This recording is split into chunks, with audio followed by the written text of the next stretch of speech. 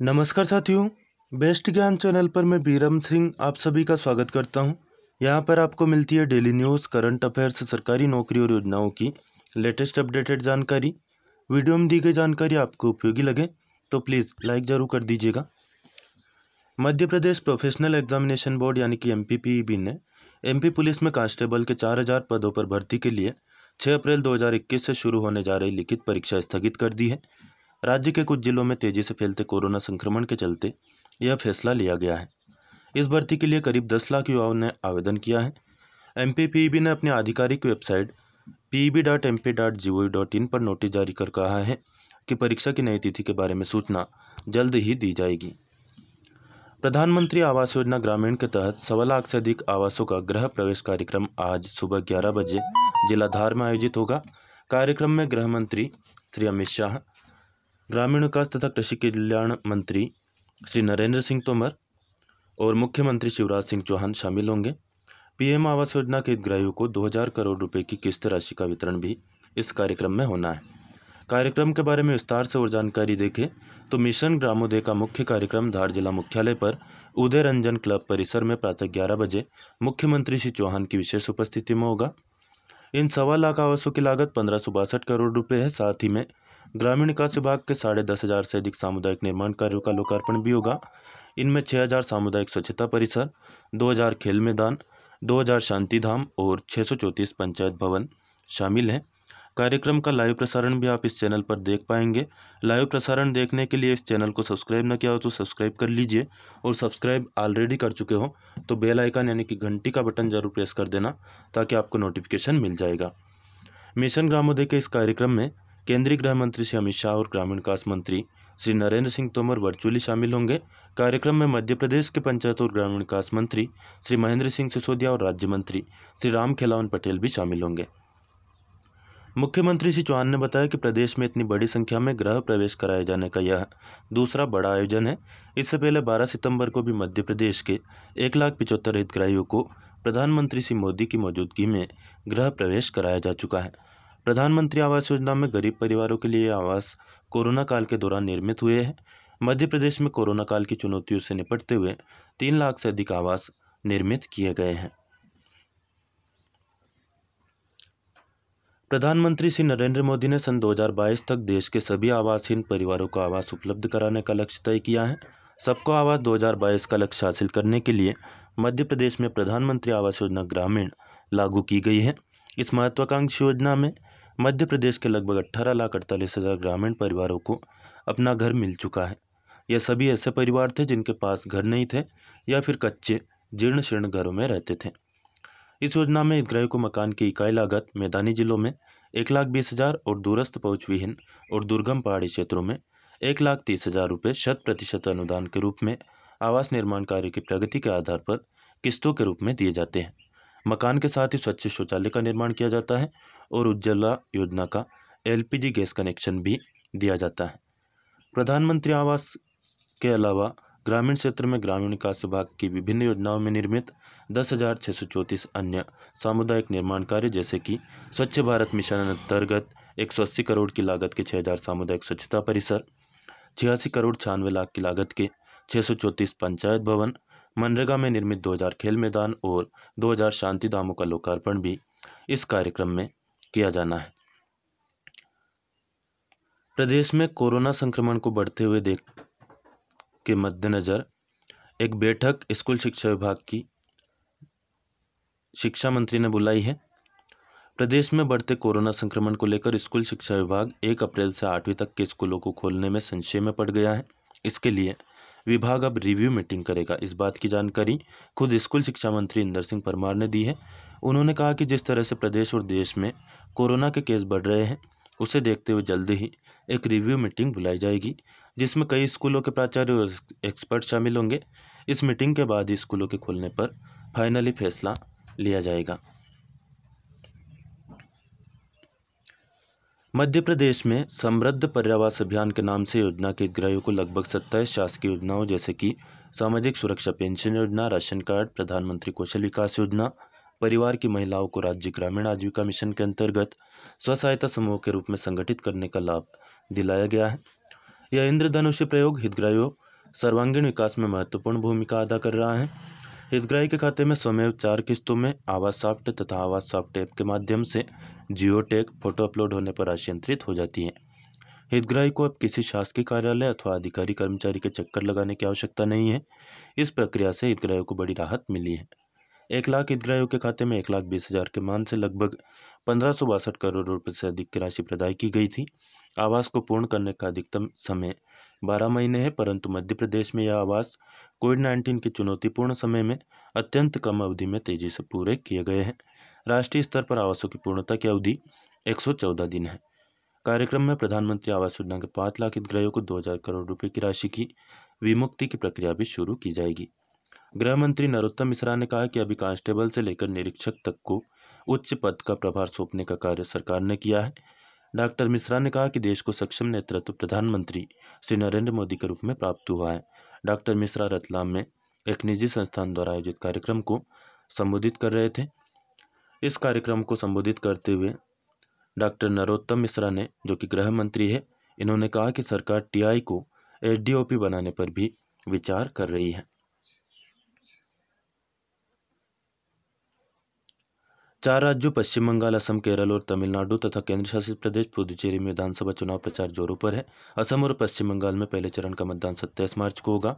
तृणमूल कांग्रेस के घोषणा पत्र में कहा गया कि सरकार साल में रोजगार के 5 लाख अवसर पैदा करेगी, बेरोजगारी को आधा करेगी।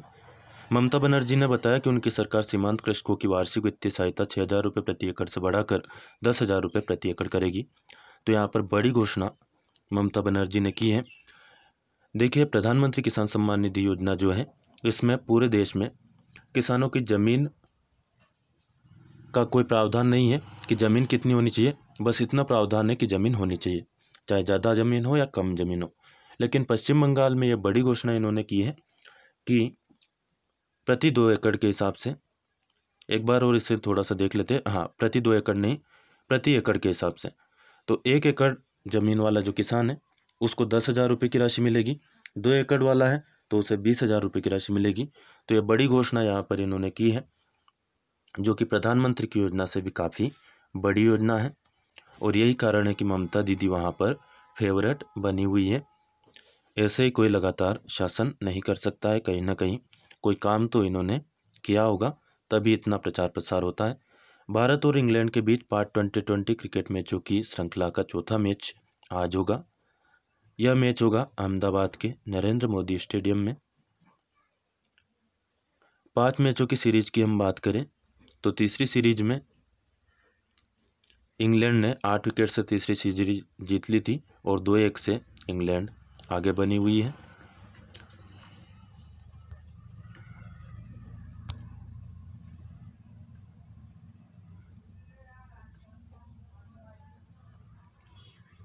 हिमाचल प्रदेश में मंडी से भारतीय जनता पार्टी के सांसद रामस्वरूप शर्मा नई दिल्ली में अपने आवास पर मृत पाए गए। पुलिस इस बात की जांच में अभी भी लगी हुई है कि यह आत्महत्या का मामला तो नहीं था। 62 वर्षीय दिवंगत नेता अपने कमरे में फंदे से लटके हुए पाए गए थे। विशेष शाखा पुलिस मुख्यालय भोपाल, इसके द्वारा एक पत्र जारी किया गया है सभी उप पुलिस महानिरीक्षक भोपाल इंदौर को, इसके अलावा सभी एसपी को। इसमें कहा गया है कि जिला रीवा में पुलिस कर्मचारी के मोबाइल पर कोविड वैक्सीनेशन के द्वितीय डोज हेतु अज्ञात मोबाइल नंबर से फर्जी लिंक भेजकर कॉल पर उस लिंक पर रजिस्ट्रेशन प्रोसेस करने हेतु कहा गया। कर्मचारी द्वारा उस लिंक पर क्लिक किया गया और उसके खाते से बड़ी रकम निकलने की घटना घटित हुई है। तो यहाँ पर सावधान किया गया है कि समस्त अधिकारी और कर्मचारी इस बात का ध्यान रखें कि इस प्रकार की किसी भी तरह की लिंक या कॉल प्राप्त होने पर सतर्कता रखें और व्यक्तिगत जानकारी किसी भी स्थिति में शेयर न करें, ताकि इस प्रकार की घटना की पुनरावृत्ति ना हो। बरकतुल्लाह विश्वविद्यालय ने बीएससी फाइनल ईयर का टाइम टेबल घोषित कर दिया है। लिंक आपके सामने, लिंक क्या, टाइम टेबल ही आपके सामने है, देख सकते हैं कि आपकी परीक्षा कब होगी। मध्य प्रदेश के भोपाल और इंदौर शहर में लगातार बढ़ते कोरोना संक्रमितों को देखते हुए रात 10 बजे से नाइट कर्फ्यू लग गया है।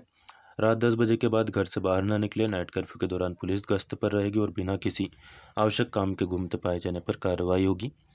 केवल दवाई, राशन और दूध की दुकानों को ही खोलने की अनुमति दी गई है।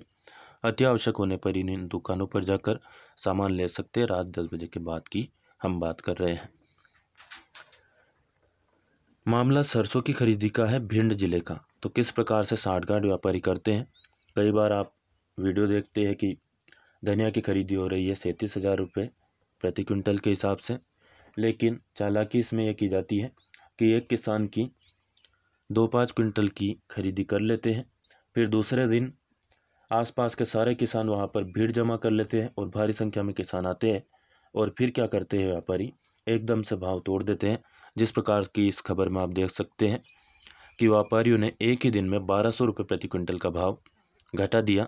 किसानों ने हंगामा किया, उसके बाद में सही भाव में फसलें ली जाने लगी। तो कहीं ना कहीं संगठित होने की ज़रूरत है, तभी जाकर हमें न्याय मिल सकता है और अपनी उपज का सही दाम मिल सकता है। यदि आप संगठित रहेंगे और एक साथ अपनी आवाज़ उठाएंगे तो वह दिन दूर नहीं है। बड़ी बात नहीं है कि दूध का भाव 100 रुपये प्रति किलो हो जाए, क्योंकि तभी किसान को पुरता है, वरना खली चारा और अन्य जो चीज़ें हैं इसी में खर्चा भी नहीं निकल पाता है। वर्तमान में एक महत्वपूर्ण योजना शासन की चल रही है दोस्तों, जिसकी जानकारी बहुत ही कम लोगों को है। हम बात कर रहे हैं खेत तालाब योजना की। नए लक्ष्य शासन ने दिए हैं। हर गांव में, हर ग्राम पंचायत में 2 से 5 तक खेत तालाब स्वीकृत किए गए हैं। मंदसौर जिले से यह खबर है। इसी प्रकार अन्य जिलों में भी यह खेत तालाब स्वीकृत किए गए हैं। तो आइए खेत तालाब योजना की पूरी जानकारी आपको बता देते हैं। अनुसूचित जाति और जनजाति वर्ग के परिवार, गरीबी रेखा से नीचे के परिवार, महिला मुखिया, विकलांग मुखिया, भूमि सुधार के हितग्राही, इंदिरा आवास योजना के लाभार्थी, वनाधिकार अधिनियम 2006 के अंतर्गत लाभार्थी, लघु और सीमांत कृषक, 5 एकड़ से कम भूमि धारक किसी भी वर्ग के कृषक, न्यूनतम 1 एकड़ भूमि होना इसके लिए आवश्यक है। तो यदि आपके पास न्यूनतम 1 एकड़ भूमि का पट्टा वगैरह हो तो आप इस योजना का फायदा ले सकते हैं। पात्रता हमने अभी ऊपर देखी। तो इन सभी श्रेणी में से कोई भी श्रेणी के हितग्राही जिसके पास मनरेगा का जीवित जॉब कार्ड हो, वह अपने स्वामित्व की भूमि पर खेत तालाब बनाए जाने के लिए सहमत हो, ग्राम पंचायत में आवेदन देकर लाभ ले सकता है। खेत तालाब के आकार की बात करें तो आकार के आधार पर 3 प्रकार के खेत तालाब है जिनका किसान लाभ ले सकता है। पहला है 15 मीटर लंबाई और चौड़ाई के खेत तालाब, लागत 39,000 रुपये। दूसरा है 22 मीटर लंबाई और चौड़ाई के खेत तालाब, जिनकी लागत होगी 1 लाख रुपये। तीसरे है 38 मीटर लंबाई और चौड़ाई के खेत तालाब, जिनकी लागत होगी 3,10,000 रुपये।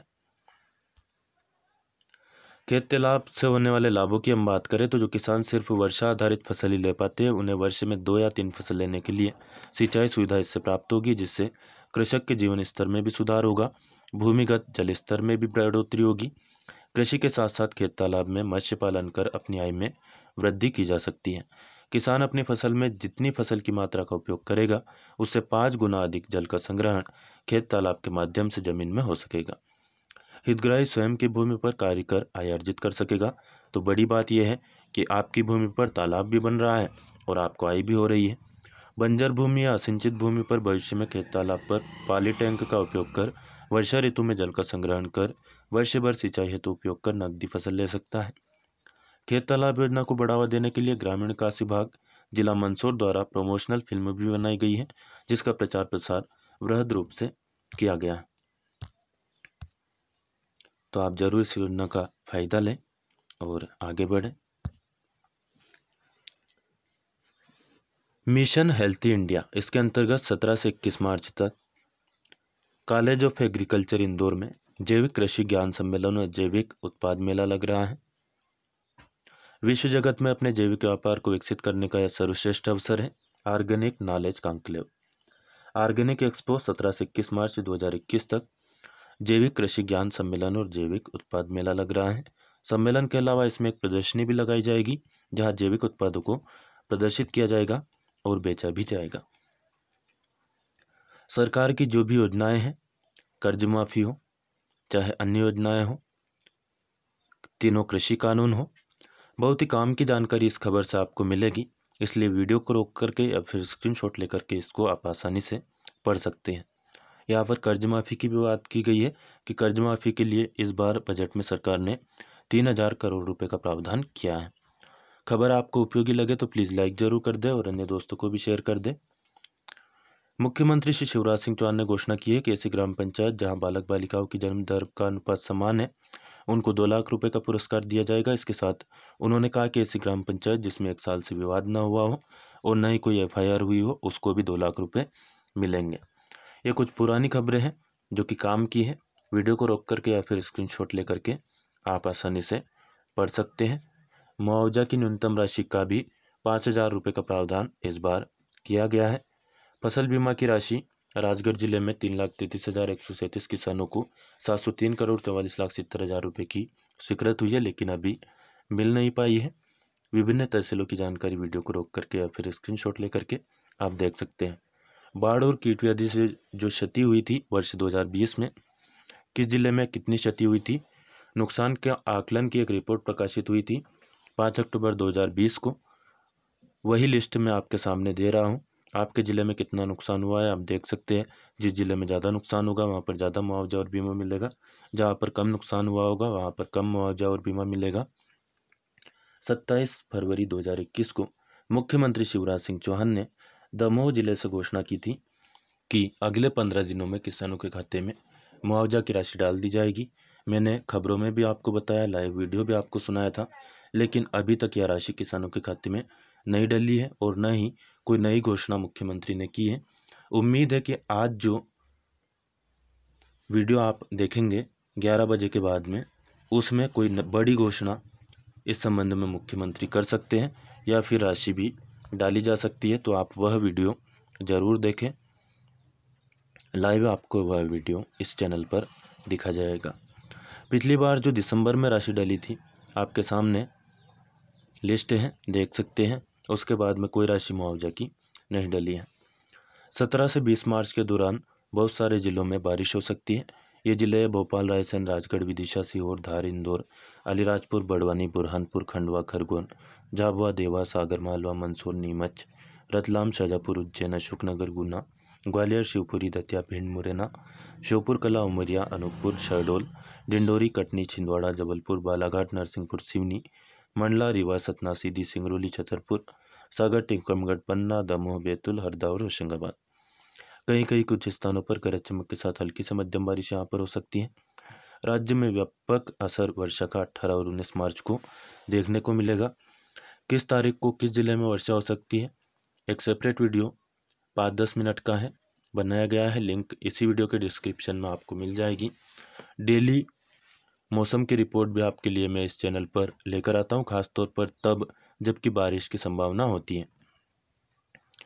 तो इसके लिए भी आप चैनल को सब्सक्राइब जरूर कर लीजिए और जानकारी आपको उपयोगी लगे तो प्लीज़ लाइक ज़रूर कर दीजिएगा। वैक्सीन के दोनों डोज लगने के बाद भी कलेक्टर कर्मवीर शर्मा कोरोना पॉजिटिव निकले। यह खबर सोशल मीडिया पर खूब वायरल हो रही है। हालांकि मैंने जब इंटरनेट पर इसे विस्तार से सर्च किया तो किसी भी अधिकृत साइट पर मैंने यह खबर नहीं पाई है। हाँ, खबर ये ज़रूर है कि कलेक्टर कर्मवीर शर्मा कोरोना पॉजिटिव निकले हैं और इनको पहली डोज वैक्सीन की लगी थी। आपको बता दें, वैक्सीनेशन का जो फुल कवरेज आपको मिलता है ये तब मिलता है सिक्योरिटी का, जबकि आप एक डोज लगा लें, उसके बाद में फिर से दूसरा डोज लगा लें और उसके बाद में भी 15 दिनों के बाद में पूरी तरह से एंटीबॉडी आपके शरीर में विकसित हो पाती है और तब आप थोड़ा सा निश्चिंत रह सकते हैं कि आपको कोरोना का संक्रमण नुकसान नहीं पहुंचाएगा। लेकिन फिर भी सावधानी रखना है, मास्क लगाना है और 2 गज की दूरी बनाए रखना है। किसान भाइयों के लिए ज़रूरी सूचना है कि 22 मार्च से समर्थन मूल्य पर चना, मसूर और सरसों की खरीदी शुरू हो जाएगी। तो औने पौने दाम पर अपनी फसलें ना बेचें, थोड़ा सा इंतज़ार करें। खास तौर पर वह फसलें जिनका भाव बाज़ार में कम है, जैसे कि सरसों का भाव पहले अच्छा था, 5,000 से ऊपर भी गया, लेकिन अभी देखने में आ रहा है कि 4,000 से 4,500 रुपये के बीच में जा रहा है। इसी प्रकार गेहूं का भाव भी कम है, समर्थन मूल्य इन दोनों फसलों का अच्छा है, तो इन फसलों को आप रोक कर रख सकते हैं और समर्थन मूल्य पर बेच सकते हैं। किस फसल का कितना समर्थन मूल्य है, लिस्ट आपके सामने है। वीडियो को रोक करके फिर स्क्रीनशॉट लेकर के आसानी से देख सकते हैं। डेली न्यूज़, करंट अफेयर्स, सरकारी योजना और नौकरी की जानकारी के लिए इस चैनल को सब्सक्राइब ना किया हो तो सब्सक्राइब कर लीजिए। प्लीज़ वीडियो को लाइक ज़रूर करें और अन्य दोस्त जो भी आपसे जुड़े हो फेसबुक, व्हाट्सएप या टेलीग्राम ग्रुप पर उनको भी शेयर करें और सब्सक्राइब करना बिल्कुल ना भूलें। धन्यवाद। जय जवान, जय किसान, जय हिंद, जय भारत।